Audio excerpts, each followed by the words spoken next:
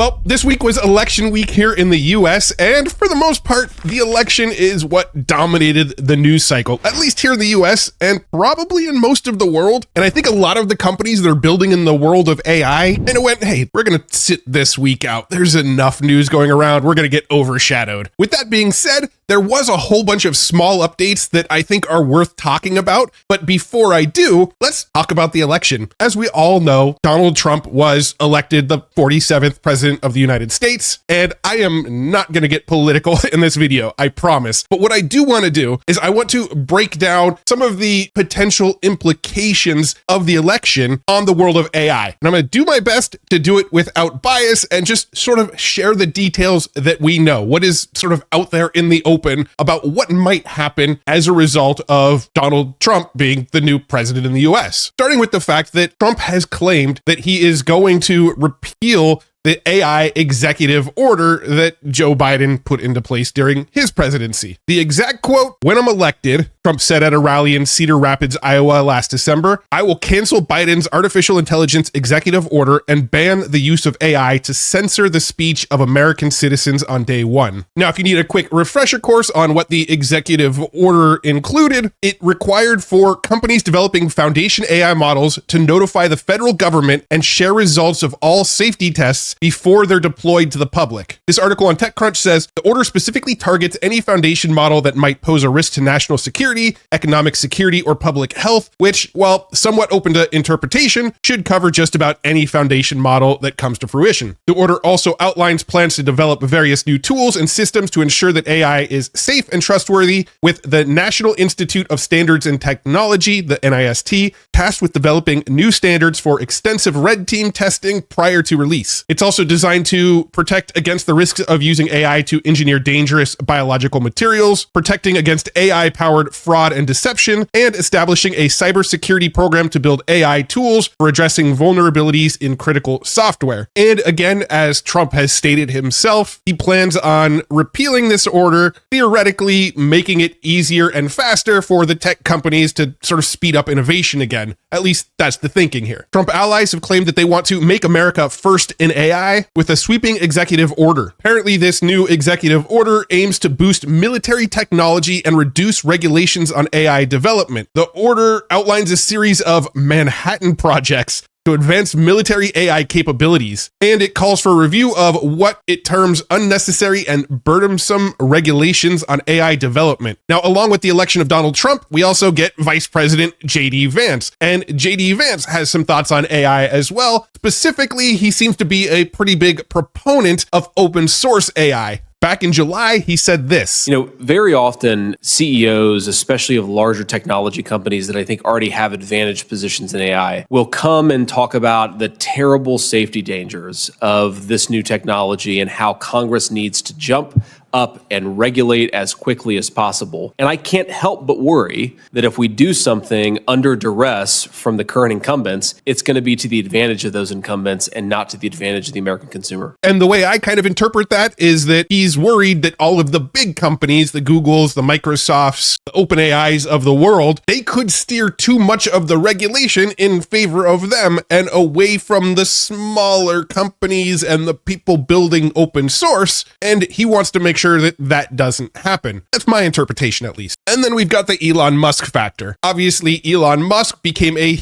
huge proponent of Donald Trump and really helped push his campaign by using his X platform to really campaign for Donald Trump. As we know, Elon Musk runs XAI, and so Elon being in tight with Trump will likely have some implications on AI as well. If Elon has a little bit of pull over where Donald Trump takes the regulations with this stuff, it's most likely going to work in his favor and, well, XAI's favor. Donald Trump has also showed concerns about how much energy usage AI requires, actually telling Elon Musk, "You are going to need tremendous amounts of electricity, like almost double what we produce now for the whole country, if you can believe it." Now, how that's going to be rectified in the future, that's anyone's guess. And that's really all I'm going to share about the elections. I just wanted to sort of recap what we know right now from statements that people like Trump and his allies and Elon have said in the past. And that is the information that we know that could help us understand where the world of AI might go under President Trump. From the sounds of things, it kind of seems like a bunch of the guardrails might be lifted, some new ones put in place, but the fact that he wants to be first in the world in AI sounds like they're likely going to have an agenda to sort of push AI forward and minimize as much regulation as possible. Again, that's just my interpretation of this all. We'll just have to wait and see if many of the things that he said he was going to do on day one actually happen. Now, moving away from the election, there has been a handful of smaller updates that I think are pretty dang cool that I wanted to show off, starting with the fact that Runway ML actually released this new feature called Advanced Camera Control that allows you to actually control the angle of your camera when you're making AI generated video. So I have this image of myself already loaded into Runway here. I'll go ahead and crop it because it wants it to be in that sort of 16:9 here. Over on the left side here, you can see I've got a little grayed out box for the camera controls. If I click on that, it asks me to switch to turbo. If I go ahead and select that, you can see that I can actually play with any of these sliders here and change the horizontal movement, the tilt movement, the pan movement here. We got zoom, vertical movement, and a roll movement. Let's go ahead and do a vertical movement here and a roll movement at the same time. Click generate, and let's see what we get out of this. And I get a video with some interesting rotations on it. Not quite as cool as the demo that they showed off here, but something that I encourage you to go play around with and see what you get out of it. Kling AI is also rolling out a new feature for their video platform that allows you to train your own face into the video. Here's some examples I came across from the Techholla X account here, where we can see a video that clearly has his own face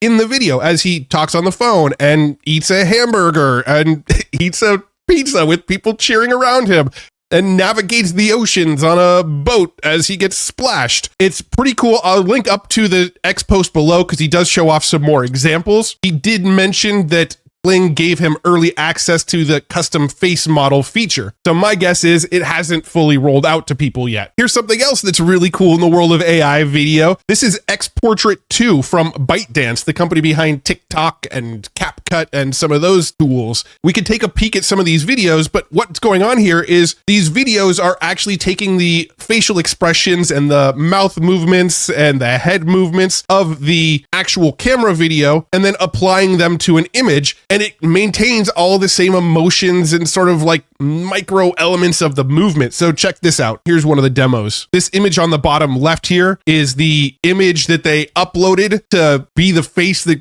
changes from the video. And then down on the right here, we can actually see the video. So take a look. You're not the only one who's got wants and needs, but I held on to your toy.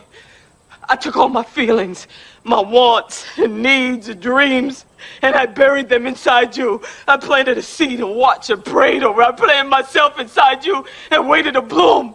It didn't take me no 18 years to realize the soil was hard and rocky and it was never gonna bloom. You can see that the image followed the same emotion and had all the same expressions and the wrinkles in the forehead and the blinking and all of it. As the head moved around, it actually followed this sort of driving video perfectly. Now, there's no code for this yet. It doesn't seem to be usable on Hugging Face or anything like that. This is just a demo of some of the research they're showing, but I will link up to this GitHub page below so you can check out some more of the examples. They are pretty dang impressive. We can see a comparison here between the original video and the driving image, theirs, and then you have the original X Portrait and Runway Act 1, and you could just see how much more expressive this one is than these other versions that are available right now. And here's another one I came across from 100x Engineers here on Instagram. This one's called Facepoke, and it lets you upload an image and then you could tweak the image however you want by just selecting areas of the image and then moving them around. And this one is available over on Hugging Face. So if I head on over to Hugging Face, let's do a quick search for Facepoke, and it asks us to choose a portrait photo. So let's go ahead and just pull in an image of my head here. And if I click this show face markers, you can see it kind of tweaked the way my face looks by default, but it put these face markers here. And if I click and drag, you can see I could make myself go to sleep. I could close my mouth, open my mouth, adjust which way my head is facing, lift my eyebrows up. Let's see if I can wake myself up here, get my eyes open. And you could easily manipulate the face of any image that you upload. Now, it does seem to lose some quality when I do it, but it's still pretty fun, pretty cool. It's going to help anybody get to exactly that image that they're looking for in the future. And while we're talking about AI images, Black Forest Labs rolled out some new updates for their Flux models, which a lot of people consider to be the most realistic AI model out there. They rolled out both the Ultra mode and the Raw modes. The Ultra mode could generate 4 times higher image resolutions, up to 4 megapixels. Here's some examples of those. And then the Raw mode is designed to create more authenticity in the images. And if we look at some of these images, they don't look like they're professionally composed. The angles are kind of weird. They look like more realistic images that you just kind of shoot on your iPhone or something like that. Maybe outside of the giant octopus playing in the bathtub. All the rest look like something that if you just came across it inside of like Google Images or something, you'd probably assume it was a real image. The tool Krea just rolled out the ability to train Loras inside of the platform, meaning that you can train it on specific styles. Like if you have your own art style and you want every single image to look like that color scheme and that sort of aesthetic, you can train a Lora so that every image that you create looks like that style. You can also use Loras to train your own face into the model and generate images with your face on them. Loras are super, super powerful to make sure that you can get some sort of consistent look, some sort of consistent face, a consistent style. If you've been messing around with AI images for a while and if you use Stable Diffusion, you're probably already familiar with Loras, but we're starting to get these Loras rolled out into more and more of these AI art generator platforms. Now, this is still rolling out. They gave out 100 invites to people to try it out, and this post has been seen by 70,000 people. Unfortunately, I was not one of the first 100 to get an early invite, so I can't actually show off the Lora functionality inside of Krea, but it's there for some people and it'll be rolling out soon for others. Moving on to large language model news for this past week. Anthropic added a minor upgrade in that now when you upload a PDF, it can actually read what's in the images and not just the text of the PDF. So in the past, if you wanted to upload a giant ebook or something, it would read all the text of the ebook, but if there was images or graphs within the ebook that had text within the image, it wasn't reading those. It was just reading the actual text in the document. Well, now it's going to read both the text and what's in the images when you upload. A nice little quality of life improvement if you use Claude a lot. And while we're on the topic of Anthropic, they did something quite interesting that the AI world has been talking about, and that's that they hiked up the price of their smallest Haiku model. While almost every other AI platform is lowering the price to use their API, it just seems like it was a very interesting move for Anthropic to raise the price of using theirs. They said, during final testing, Haiku surpassed Claude 3 Opus, our previous flagship model. As a result, we've increased pricing for Claude 3.5 Haiku to reflect its increase in intelligence. A lot of people on X have called this the Haiku intelligence tax. It got smarter, so you got to pay more for it. Now, in all likelihood, unless you're a developer who's building software on the back of Claude, you probably don't care about this information, but the AI world seemed to find it fascinating. And in the final bit of Anthropic news, Anthropic is actually partnering up with Palantir, the defense company, along with Amazon AWS, to allow the US government to use their models for intelligence and defense operations. This is to support government operations such as processing vast amounts of complex data rapidly, elevating data-driven insights, identifying patterns and trends more effectively, streamlining document review and preparation, and helping US officials to make more informed decisions in time-sensitive situations while preserving their decision-making authorities. But it doesn't sound like AI is going to have their finger on the button to like launch missiles or anything like that, just that the government can use it for more like analytic type purposes. Anthropic's not the only one. Meta said this week that it's making its Llama models available for US national security applications as well. They said, we're pleased to confirm that we're making Llama available to US government agencies, including those that are working on defense and national security applications, and private sector partners supporting their work. We're partnering with companies including Accenture, Amazon Web Services, Anduril, Booz Allen, Databricks, Deloitte, IBM, Leidos, Lockheed Martin, Microsoft, Oracle, Palantir, Scale AI, and Snowflake to bring Llama to government agencies. And since we're on the topic of Meta, Instagram is planning to use AI to catch teens lying about their age. Instagram recently started rolling out their teen account feature, and they're building this proprietary software tool that it calls its adult classifier. It's designed to break people off into 2 categories: older or younger than 18. They're going to use this by looking at the person's own account data and sift through their profile, see their follower list and what content they interact with, and will even scan unsuspecting happy birthday posts made by friends to predict a user's age. So if you're under 18 and trying to claim to be over 18 and you want to use Instagram, well, Instagram's probably going to figure out whether or not you are actually over 18. OpenAI managed to steal a member away from Meta this week. Caitlin Kalinowski was the head of their augmented reality division. She actually helped develop the Orion glasses that we saw last month. She posted on her LinkedIn that she's delighted to share that she's joining OpenAI to lead hardware. In the new role, she will initially focus on OpenAI's robotics work and partnerships to help bring AI into the physical world and unlock its benefits for humanity. ChatGPT got a new domain name this week. If you go to chat.com, it will actually redirect you to ChatGPT now. Well, it turns out that the founder of HubSpot, Dharmesh Shah, is the person who sold that domain name to OpenAI. I don't know if it's explicitly been disclosed how much he sold it to OpenAI for, but the rumors are that it was around 15 million, and I believe that was sold in equity so that Dharmesh actually holds equity in OpenAI as a result of this chat.com sale. SaaS Junction down here points out that OpenAI now owns both AI.com and chat.com. And sure enough, if you go to AI.com, it also redirects to ChatGPT. OpenAI announced predicted outputs this week, which dramatically decreases the latency for GPT-4o and GPT-4o mini. If I'm being honest, this is slightly over my head, but we can see in the comparison video here that on the left we have GPT-4o and GPT-4o with the new predicted outputs, and we can see how much quicker it is actually giving the output over here on the right side. It's already done while the one on the left is still going, but people much more technical than me might be able to better describe what is going on here in the comments. The company Hume just released a new app. If you're unfamiliar with Hume, I talked about it a few months ago, but it is a sort of AI voice discussion app that better understands emotions. So it could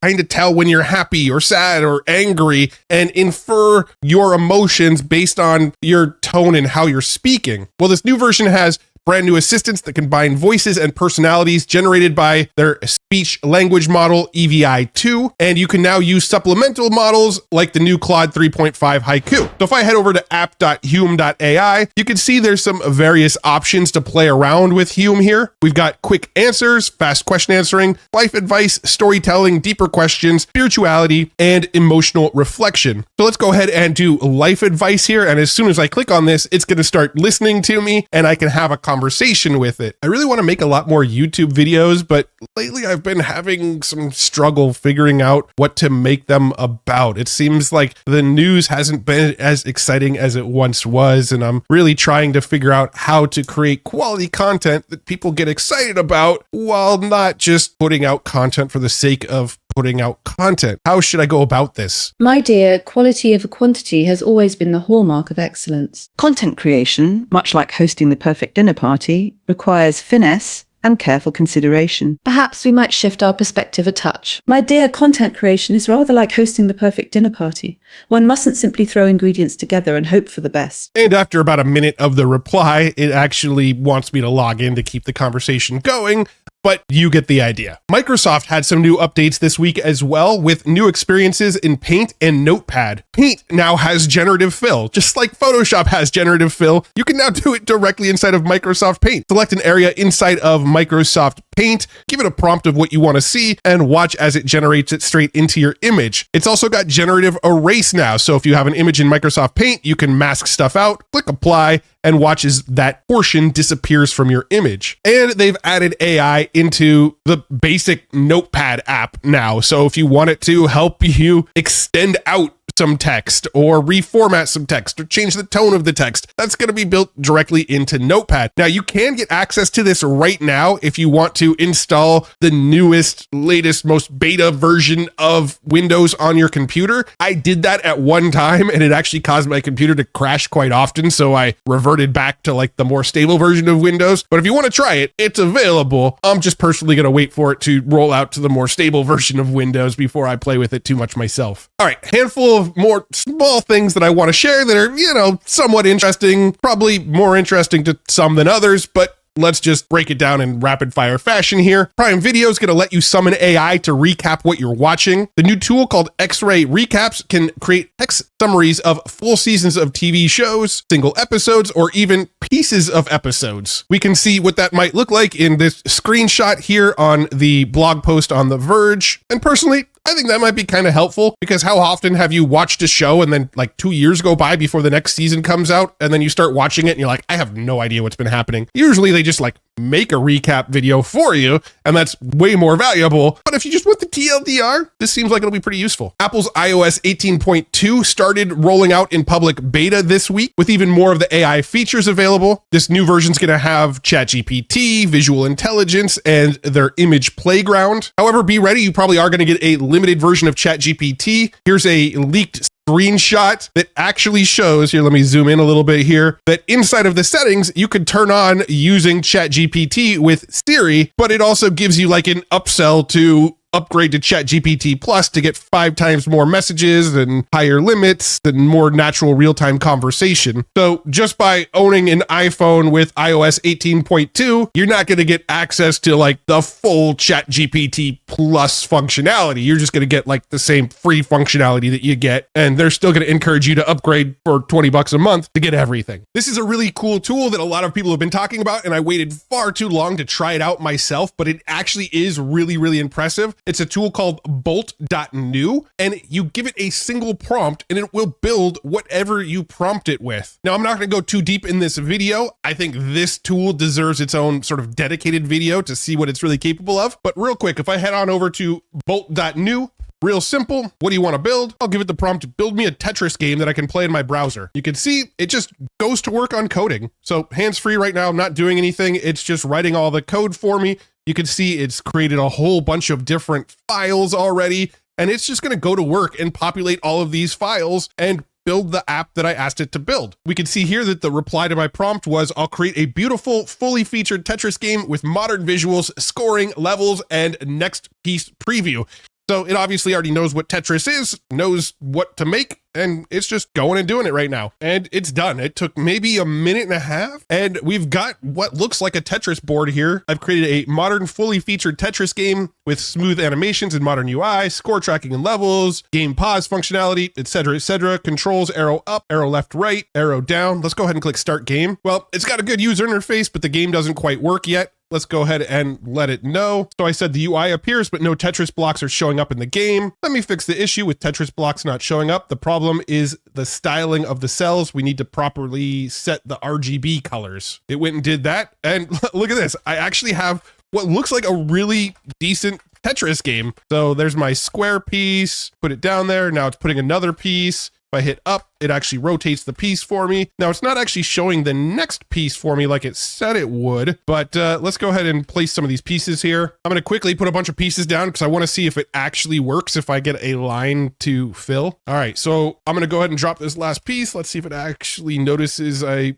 fixed a line. And look at that. It actually removed the line that it just put down. So this appears to be working pretty dang well. I'm obviously not really trying right now, but it removes the lines and it's even keeping score right here on the screen. I did this with 2 prompts and it looks this good. So that's Bolt.New. Again, I want to make a full video on this because this is like really, really impressive. All right, a couple more things. Wendy's is working with Palantir, yes, the defense company, to help keep up with the $1 Frosty demand. So essentially they're working with Palantir to sort of optimize the supply chain. It says Palantir is able to use artificial intelligence to spot shortages before they happen to make sure that if a $1 Frosty promotion leads to droves of consumers, the fast food chain is ready to serve them. This Singularity Net ASI Alliance launched a self-learning proto AGI in Minecraft. So basically they developed a AI that can play Minecraft and actually improve and get better as it plays. Here's a video from ASI Alliance that was shared over on X that shows this in action here. We could see this Minecraft character moving around. I'm assuming they're moving around autonomously. Nobody's actually controlling them. It says action plan, jump with those coordinates, performing action and predicting state. And then you can see it actually moving around in this Minecraft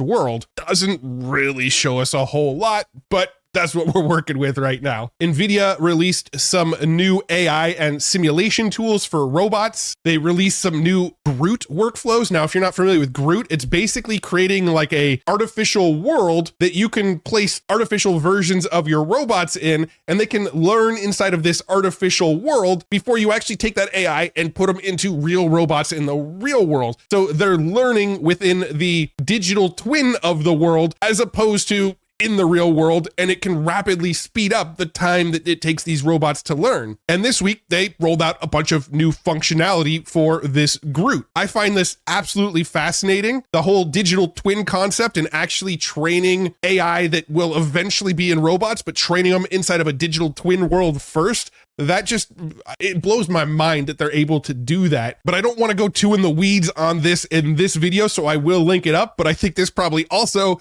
deserves another video in the future because it is just so fascinating. And then finally, I always like to end on robots because I think robots are just fun. But Unitree Robotics showed off this new walking robot that has just much more of a like realistic walk to it. It walks a lot more like a real human, and that's looking pretty cool. But they also showed off this robot dog that can do stuff like balance on one leg, balance on like the two opposing legs here.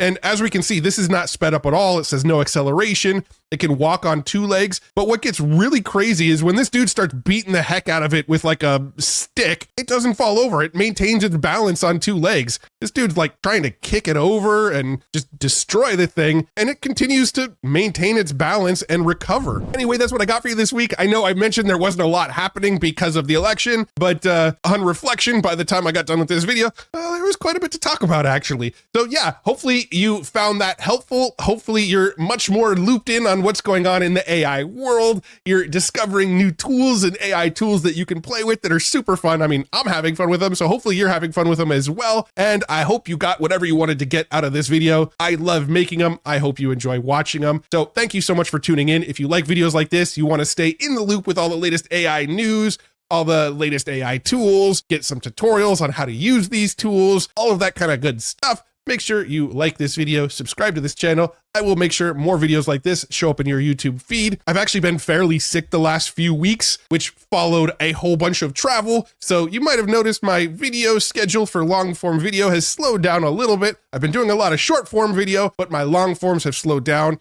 That's because I've been sick and I've been sort of fighting off this like bronchitis and then a cold, and it's been tough, but I am getting better now, and I am planning on putting out a lot more videos once I can properly talk without sounding super nasally, which ideally starting next week I'll feel better, but we'll see. Anyway, I have a lot of cool videos planned, and I'm excited to sort of get back on track with putting out more of these tutorials and show off some of the cool tools that I've been playing with, because there has been a lot of them. I just haven't been capable of putting out at the pace I want to. So starting next week, you'll see a lot more videos from me. If you haven't already, check out futuretools.io. I curate all the cool AI tools I come across, all the coolest AI news. I have a free newsletter. If you sign up for the free newsletter, you'll get free access to my AI income database, which is a database of cool ways to use these various AI tools to generate side hustle income. And you'll also get my AI newsletter, where I'll send you 2 emails a week. One kind of covers all of the coolest AI tools that I came across for that week. The other email will cover the most important AI news of the week. It's totally free. You can find it all over at futuretools.io. Once again, thank you so much for tuning in. Really, really appreciate you. See